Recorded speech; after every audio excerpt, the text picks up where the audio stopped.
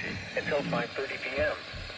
At 4:45 p.m., severe thunderstorms were located along a line extending from near Burton to Litchfield to near Alhambra, moving northeast at 50 miles per hour. Expected hazards include 60 miles per hour wind gusts and quarter-size hail.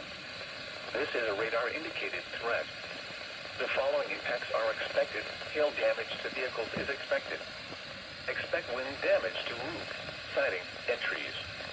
Locations impacted include Decatur, Taylorville, Pana, Warwickla, Kincaid, Harristown, Warrensburg, Assumption, Blue Mound, Macon, Edinburgh, Morrisonville, Stonington, Niantic, Tower Hill, Mount Auburn, Boca, Jayceeville, Shelby, and Herrick.